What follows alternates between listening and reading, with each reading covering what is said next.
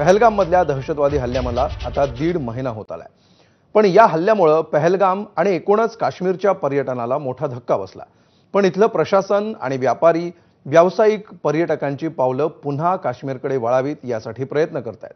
काश्मीरमधली सध्याची परिस्थिती कशी आहे, इथलं पर्यटन पुन्हा बहरण्यासाठी जम्मू काश्मीर प्रशासनाकडून काय तयारी सुरू आहे आणि आगामी अमरनाथ यात्रेच्या निमित्तानं पहलगाम आणि एकूणच काश्मीरमधल्या पर्यटनाला चालना मिळणार का, पाहूया आमचे प्रतिनिधी अजय माने यांनी या सगळ्याचा घेतलेला हा आढावा।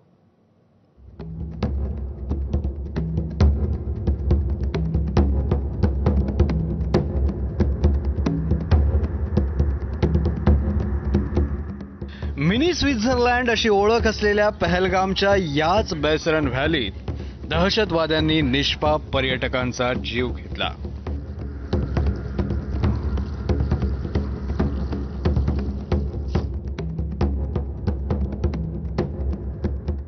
बावीस एप्रिलला दहशतवाद्यांनी केलेल्या भ्याड हल्ल्याच्या त्या जखमा अजूनही ताज्या आहेत।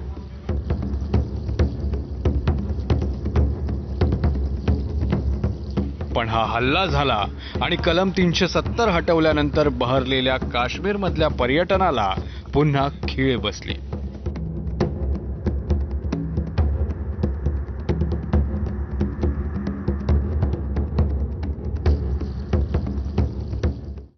पूरा असर पड़ा काम पे, मगर थोड़ा धीरे धीरे फिर आने लगा। मैं कहना तो भारत को लोगों को, आओ कश्मीर घूमो, कोई टेंशन नहीं है, आओ, डर के आगे झील है। जम्मू काश्मीरचे मुख्यमंत्री ओमर अब्दुल्लांनी मान्य केलंय की लोकांच्या मनात भीती आहे, पण सरकारकडून परिस्थिती पूर्वपदावर आणण्याचे शर्तीचे प्रयत्न सुरू असल्याचंही त्यांनी म्हटलंय। इथल्या सरकारनं दहशतवादी हल्ल्यात मृत्युमुखी पडलेल्यांचं एक स्मारक बांधण्याचाही निर्णय घेतलाय। काश्मीरचं पर्यटन पुन्हा सुरू व्हावं यासाठी इथले स्थानिक व्यापारी आणि व्यावसायिकही प्रयत्न करतायत। पण नेहमीच गजबजलेल्या जम्मूतल्या लाल चौकातील या मार्केटमध्ये शुकशुकाट आहे।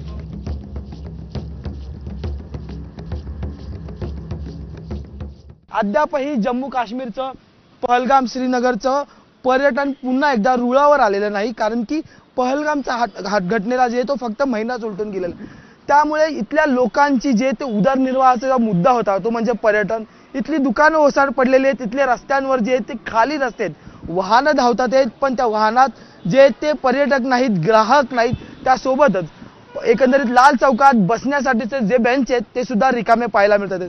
त्यामुळे जम्मू काश्मीरचं, श्रीनगरचं, पहलगामचं या लाल चौकातलं पर्यटन पुन्हा एकदा कसं सुरू होईल आणि केव्हा सुरू होईल हे पाहणं महत्त्वाचं ठरणार आहे। रिकामी दुकानं, प्रवाशांच्या प्रतीक्षेत उभ्या असलेल्या रिक्षा, गेल्या महिन्याभरात काश्मीरमध्ये हेच चित्र आहे। अभी रिसेंटली जो जंग का माहौल था इंडिया और पाकिस्तान, उसकी वजह से थोड़ा टाइम लगेगा, लेकिन आना शुरू हो गया है। कश्मीरी आम को पता नहीं है नुकसान हुआ फायदा होगा, हमारा तो नुकसान ही हो गया। दुकानदार तो बैठे हैं, बिजनेस तो बैठा है, जवाब तो कुछ है नहीं। जवान तो क्या करे, तो करेगा, घूमेगा और क्या करेगा। जो हमारा इनकम था ना, ये टूरिस्ट के ऊपर ही ज्यादा था। जब टूरिस्ट नहीं आया बहुत फर्क पड़ गया इनकम पे। अभी इंशाल्लाह उम्मीद है आएंगे, इंशाल्लाह दोबारा आएंगे, स्टार्ट हो जाएगा। फिर भी वो एटमॉस्फेयर बना रहे हैं ना, टूरिस्ट यहाँ आए।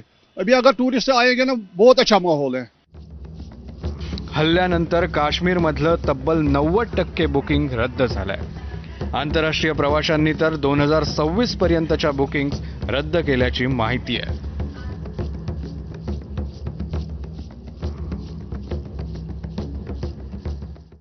दरम्यान समाधानाची एक बाब म्हणजे अमरनाथ यात्रा लवकरच सुरू होणार आहे। जिथे हल्ला झाला ते पहलगाम म्हणजे या यात्रेचा बेस कॅम्प। आतापर्यंत जवळपास 4 लाख भाविकांनी अमरनाथ यात्रेचं बुकिंग केलंय। त्यामुळे या यात्रेच्या निमित्तानं पर्यटकांचा काश्मीरशी तुटलेला संपर्क पुन्हा जोडला जाईल हीच अपेक्षा। अजय माने, एबीपी माझा, पहलगाम, जम्मू काश्मीर।